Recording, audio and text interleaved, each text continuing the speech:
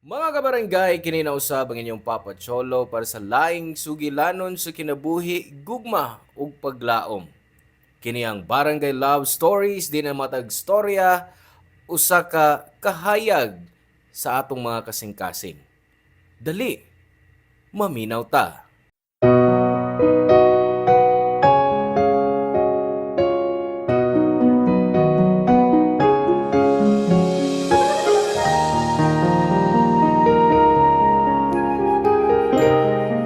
Libre ang pagdamgo, pero aron makabot kini nimo, kinahanglan nimo nga mulihok og magkugi. Kay kung buhaton nimo ang tanan para maabot nimo ang mga butang nga imong gusto, makaya gyud nimo. Ikaw, naabot na ba nimo ang imong pangandoy sa kinabuhi? Hello mga suki namong kapuso o kabarangay. Laing panag-uban ang usab nato diin laing sugilanon sa kinabuhi. May atong hatagan sa pagtagad karon. Pinadaki ni Haya nga giuluhan taog. Lumpia Girl. Dear Papa Cholo, lumpia, usahay merienda, usahay handa. Pero para nako Papa Cholo, ang lumpia maoy naghatag nako sa rason ngano nga ang akong damgo kaniadto nahimo na nakong realidad. Ako na si Hyacinth. Gipangan sa hyacinth flower, pero tawag lang kog Haya for short. 30 anyos na ko karon ug naa na ko'y kaugalingong catering business. 5 years old pa lang ko dihang nasunog ang among bahay. Bispera sa Pasko diin ang tanan kinahanglan nga maglingaw-lingaw. Pero sa among pamilya, usa kada kong pagsuway ang gihatag dayon kanamo bisan wa pa matapos ang tuig. Kay dungan sa pagkasunog sa among bay, apil sab ang akong amahan sa among nawa human siya na tanggong sa sud. Human siya naningkamot sa pagluwas sa mga butang. Sa kalit lang, nausab ang among kinabuhi, Papa Cholo. Tungod sa nahitabo, anam-anam nga na-depress ang among inahan. Gipasagda niya ang iyang kaugalingon ug nawad-an sa iyang trabaho. Sa misunod nga mga buwan, nagpakita siya og mga sintomas sa sakit sa pangisip, hangtod nga nahimo kining pagkabuang. Sa misunod nga 5 ka tuig, giatiman sa among lola ang among mga igsuon. Tungod sa kalisod sa kinabuhi, ako na lang usa sa among tulo ka managsuon ang nagpagdayon sa pagtuon. Mao ni ang rason nganong mas na-inspire ko sa pag-uswag sa akong eskwela. Apan ang kakabos, mausab ang hinungdan nganong naglisod ko sa pagpadayon sa akong pagtungha. Sunod-sunod na kong ni-absent sa klase ug nabalaka na kayo si Ma'am Josephine ako maong gibisitahan ko niya sa among bay. Nakurat siya pagkakita niya nga daplin raday sa daan ang among gipuy-an. Gamit ang mga tapak-tapak nga sin ug plywood. Mao kini ang among gihimong kapasilungan sa among lola. Naluoy si Ma'am Josephine sa among kahimtang ug sa makausapa, gihatagan mig tabang pinansyal. Gitabangan pud niya ang among lola nga magpa-check up sa health center. Ug didto namo nahibaw-an nga si lola adunay tuberculosis. Usa ka makatakod nga sakit. Kay makatakod man ang sakit ni lola, gipa-check up pod mi ni Ma'am Josephine. Labi na pod ang akong igsuon. Maayo na lang kay why usa ka namo nga nataptan kaniadto. Tungod sa sitwasyon ni lola, nanangid si Ma'am Josephine sa akong lola nga kung mahimo, mupuyo ko kadiyot uban niya. Total, wa ko no siya'y kapuyo sa ilang bahay. Para pod iya kong masuportahan sa akong pagtuon. Nisugot ang akong lola, Papa Cholo, ug isip baws, kibayra ni Ma'am Josephine ang pagpatambal sa akong lola.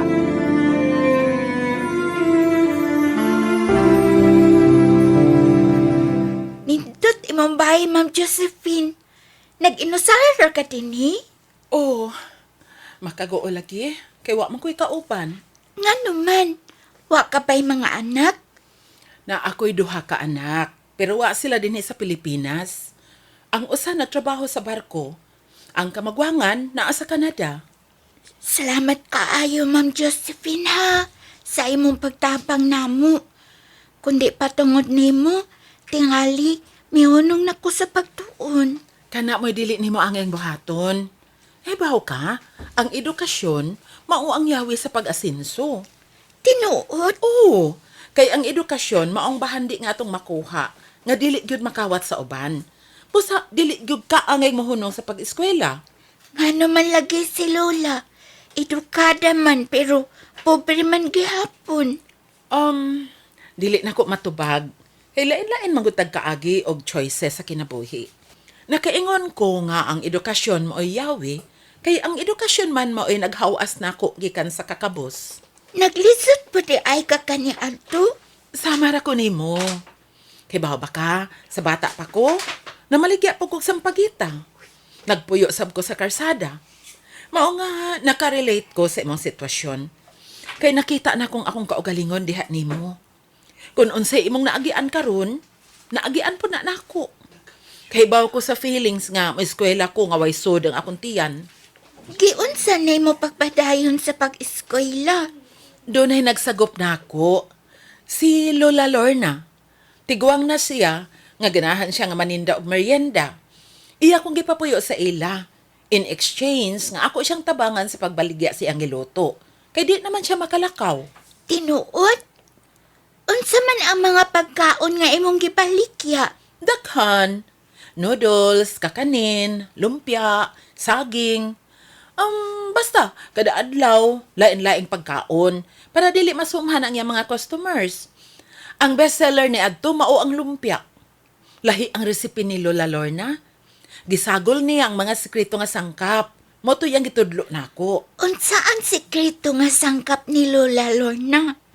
Gusto kang mahibaw? Oh, Wait. Na ako'y nahuna-hunaan. Unsa ka? Kung magluto tag lumpia unya sa Lunes, unya ibaligya nimo sa kantin. di man ko kabaw magluto. Tudloan ti ka. Sayon ra na. Ako'y mamuhunan. Unya akong ihatag nimo ang kwarta nga atong kinitaan. Pwede pod nimong kolektahon o ihatag sa imong lola. Okay ra ba? Bisag wa ko'y matampo nga kwarta, ma'am? Oo, basta sugod karon, ayohon na nimang imong pag-eskwela, ha? Wala kay problema. Naanay para tambal sa imong lola. Salamat, Ma'am Josephine. Wa ni kaso, uy. Gisumbalik ra nako ang tabang nga gihatag ni Lola Lorna nako. Asa na di ay si Lola Lorna ron? Dugay na siyang namatay. College ko sa dihang namatay siya. Mao ba? Sayang nga, wa ko makailan niya. Lisod pa ang paghimo sa maong lumpia? Sayon ra. Ugma, mamalitag mga sagol, unya lutuon nato. Tudloan ti ka kung giunsa kini pagputo sa husto, ug kung unsa kadugay ni iprito. Excited na ko. O sige, ayuhan na na imong mga butang. Ay, okay, ma'am. Papa Cholo, si Ma'am Josephine nagsud gawas sa ospital para sa iyang pagpatambal. Tungod sa nahitabo, kinahanglan kong mubalik sa kustudiya sa akong lola kay di ko gusto nga mas mabugatan ang naagian sa akong kanhing magtutudlo. Mayo na lang kay mipauli ang kamaguwang anak ni Ma'am Josephine gikan sa Canada. Aron atimanon ang iyang inahan. Bisagwa na ko sa pag-atima ni Ma'am Josephine, nagpadayon gihapon ko sa pagpamaligya og lumpia. Papa Cholo. Bisag unsaon, gipagamit ko ni Ma'am Josephine sa iyang bahay kay wa man ko'y gamit sa paghimo og spring rolls. Tungod kay naglisod pa mi sa kinabuhi niadto. Wa ko ni padayon sa pagtungha sa kolehiyo. Gipili na lang nako nga mangita og trabaho. Bisag high school lang ko ni graduar nga nakatrabaho gyapon ko. Isip cashier sa gamay nga grocery sa among lugar. Sa samang higayon, gitabangan mi sa akong mga igsuon. Ang akong maguwang nga si Melvin. Nagtrabaho isip tig-kolekta og basura samtang ang akong laing igsuon nagtrabaho isip mekaniko. Pinagi sa akong duha ka trabaho, Papa Cholo, nakabalhin mi sa medyo disente nga Pinoy-anan ug wa nami nagpuyo daplin sa karsada. Sa wa madugay, Nakapalit ko sa akong kaugalingon nga mga gamit sa kusina. Nakahuna-huna ko nga muundang na sa pagka-cashier ug mututok na lang sa paghimo og lumpia. Labi na kay anam-anam na kong nailhan isip lumpia girl. Nagtukod sab ko kaugalingong stall at ubangan sa among giabangan nga bay. Ug dito ko na maligya og lain-laing klase sa lumpia. Gikan sa vegetable lumpia, Shanghai lumpia ug fresh lumpia.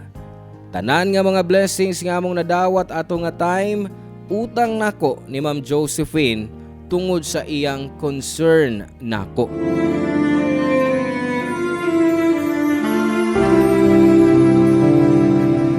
Happy birthday, Ma'am Josephine. Ay, salamat. Dali, maayo kay naabot ka. Abi na ako, nakalimot na ka na ako. Makalimot ka ako, ma'am.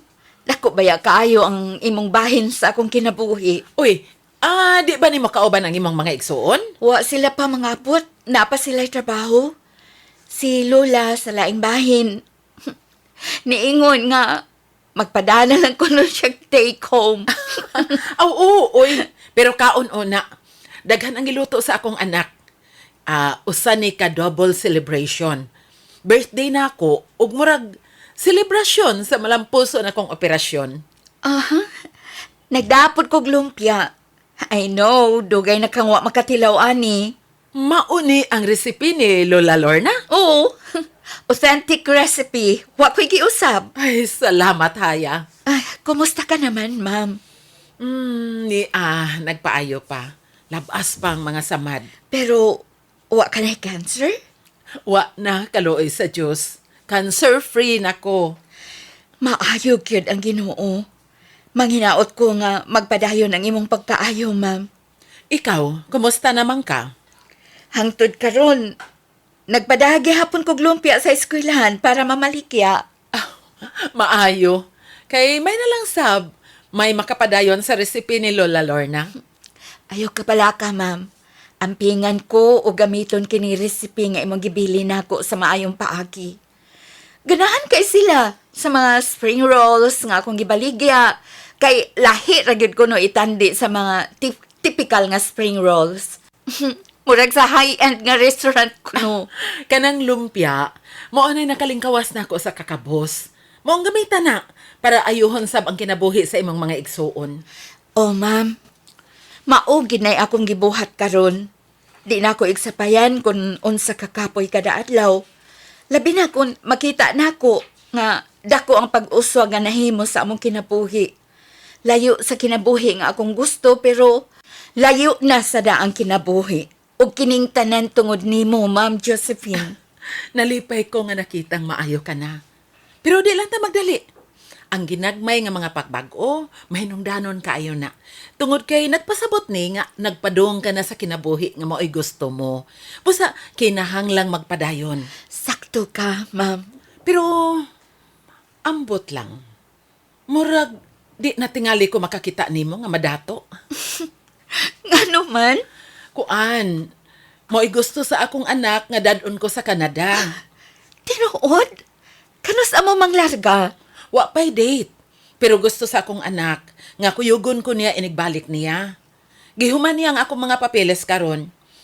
Kung hingpit na kong maayo, mulupad may paingon sa Canada. Mas maayo sa Canada. At least, naay makabantay nimo. Og makaatiman sab ko sa akong mga apo. Naakay apo? Oo, duha. Maong excited na ko. Oh, nalipay ko para nimo, ma'am. Pero, sad pud ko kay mawa ka naman. Nalipay sab ko sa direksyon sa imong kinabuhi, Haya. Ayaw lang yun kalimot sa pagpasalamat sa mga grasya nga imong nadawat, ha? Pagpasalamat lang yun kanunay. Oh, cute. Di gyud ko malimot, ana. Kana ang usa ka butanga kanunay niya kanunay sa akong kasing-kasing. Ang pagbati sa utang sa mga tao nga mitabang nako nga makabangon. Sige na, mangaon na ta. Tilawan ako ang lumpia nga imong gida. Papa Cholo ang among lola wa gyud nakagawas nga buhi sa ospital. Dito siya nakabsan sa kinabuhi human ang mga doktor nanlimbasog sa pagluwas niya. Nagtuo ko nga mauna ang sinugdanan sa among kinabuhi nga mahagba na sab sa kakabus. Misang ka naong tami pero gipanaog dayon mi. Nahadlo ko nga basin mo balik ang mga kalisod nga akong giantos sa bata pa ko. Ang akong negosyo nga lumpia di nasama kalig-on kaniadto tungod sa mga kakuwang sa klase. Ang gasto sa mga ospital o ang gasto sa pagpalubong sa among lola nadungagan. Di atong panahuna gibati nako kung unsa kalisod ang pag-inusara ni ining kalibutana. Wa milaing kabanay nga kadaganan aron mangayo og tabang. Si Ma'am Josephine nga mao'y bugtong tawo nga nagpakabana kanamo. Malinaw na sab nga nagpuyo sa Canada. Mauwaw sab nga mangayo og tabang niya kay di man kami ang iyang responsibilidad, Papa Cholo. Papa Cholo, sa diyang namatay si Lola, temporaryo kong mihunong sa paghimo og mga spring rolls. Maayo na lang kay naami buutan nga mga silingan nga misuporta og mitabang sa pagatiman sa pagpalubong sa among lola. Human sa lubong, among gigamit ang mga donasyon sa pagbayad sa among balanse sa ospital. Papa Cholo, hapit ako mo give up. Maayo na lang kay kauban ako si Kuya Melvin nga naghatag na kog kaisog sa pagpadayon sa among mga pangandoy.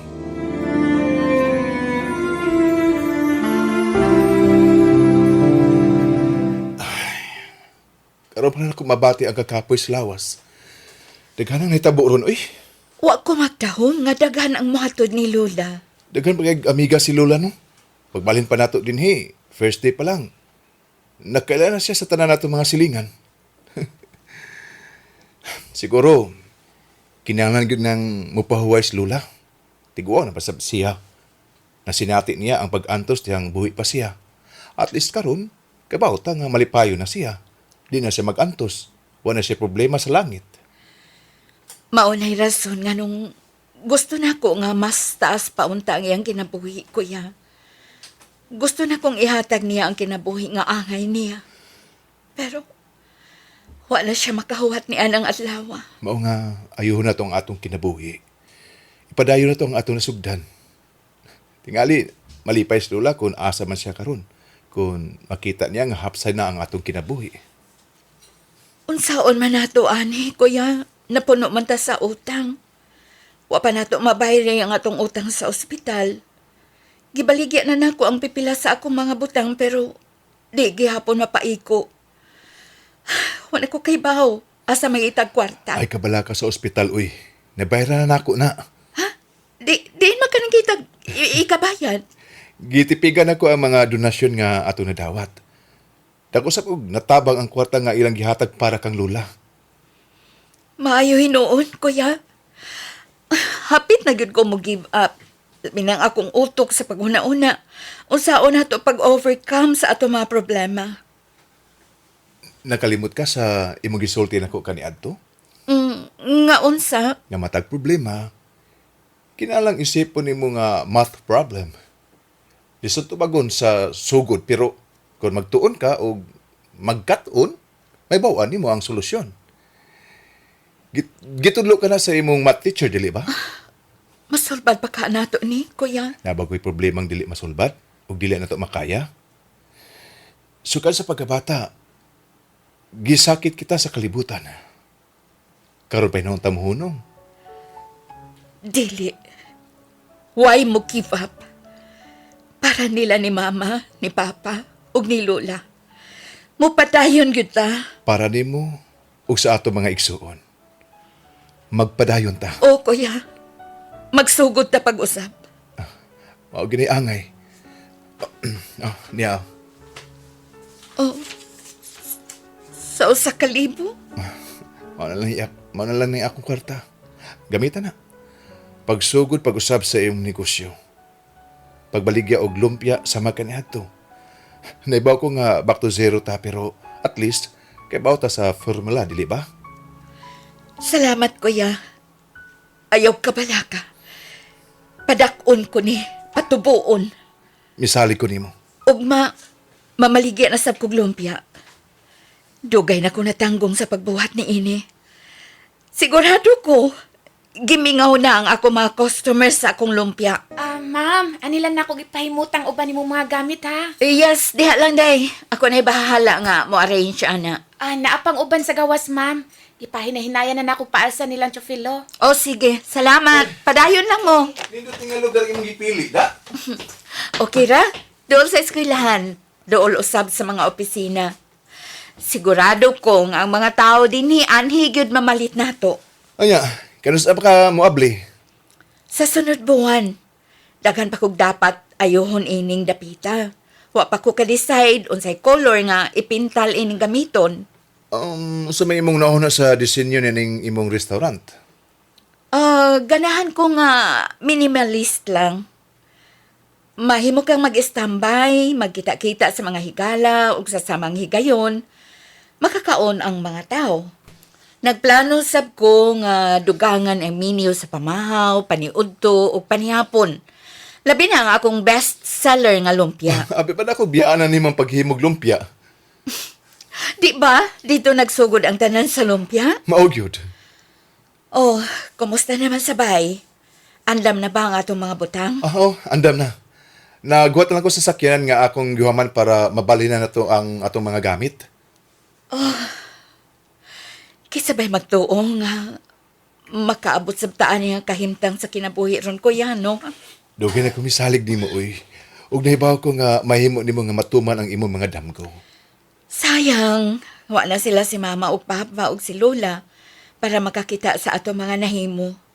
Maugyod. Ay, magpalahi ta. Mga palipay di ay.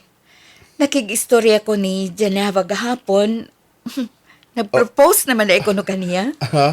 Oo. Gahapon. O niya, sure na ka? Di ba, duha pa katuig lang mo? Di man na sa gidugayon ba? Kundili, sa ako ng kasing-kasing.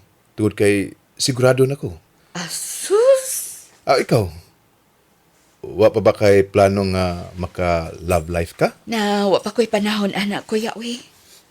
Hapit ako magsugod sa akong negosyo. Kinilang una akong i-prioritize. Dinhi ka ko na ilan, no? May nga na ka. Di ba, ikaw man ang gitawag nga lumpia girl ni sa ato? Kung maghiskot ang mga tao bahin sa lumpia, ang mga tao may numdum dayon simungan. Pero gusto ko nga mas mailhan sa mga tao ang akong negosyo.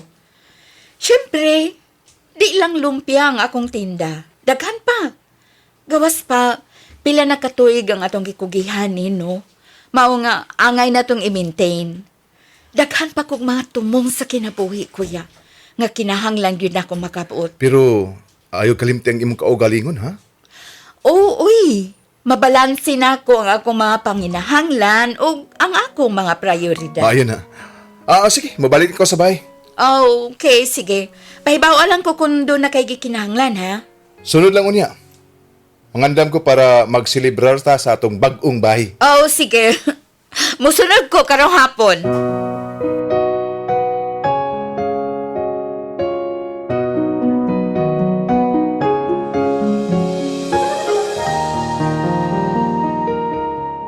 Papa Cholo, 5 katuig na ang nakalabay dihang nakahimo kog kaugalingong restaurant. Sud sa mga katuigan, nakaugmad sab ko sa akong kaugalingong negosyo sa catering. Sa nahinay nakapundar na ko og mga gamit sa pagluto. Napod ko'y kaugalingong crew nga mutabang nako kung mag-cater mi sa kasal, bunyag, birthday o guban pang mga event. Nagpadayon sab ko sa akong pagtuon. Papa Cholo. Nagtuon kog baking kay nagplano masab kong musod sa paghimo og pastries and desserts. I never imagined nga maabot mi ani nga adlaw. Ang adlaw nga wa nay problema sa kwarta, pagkaon og puy-anan. Wa na mi makasinati og pagsakit sa tiyan kay wa nay makaon. Karon makapalit na mi sa among mga gusto nga way kahago.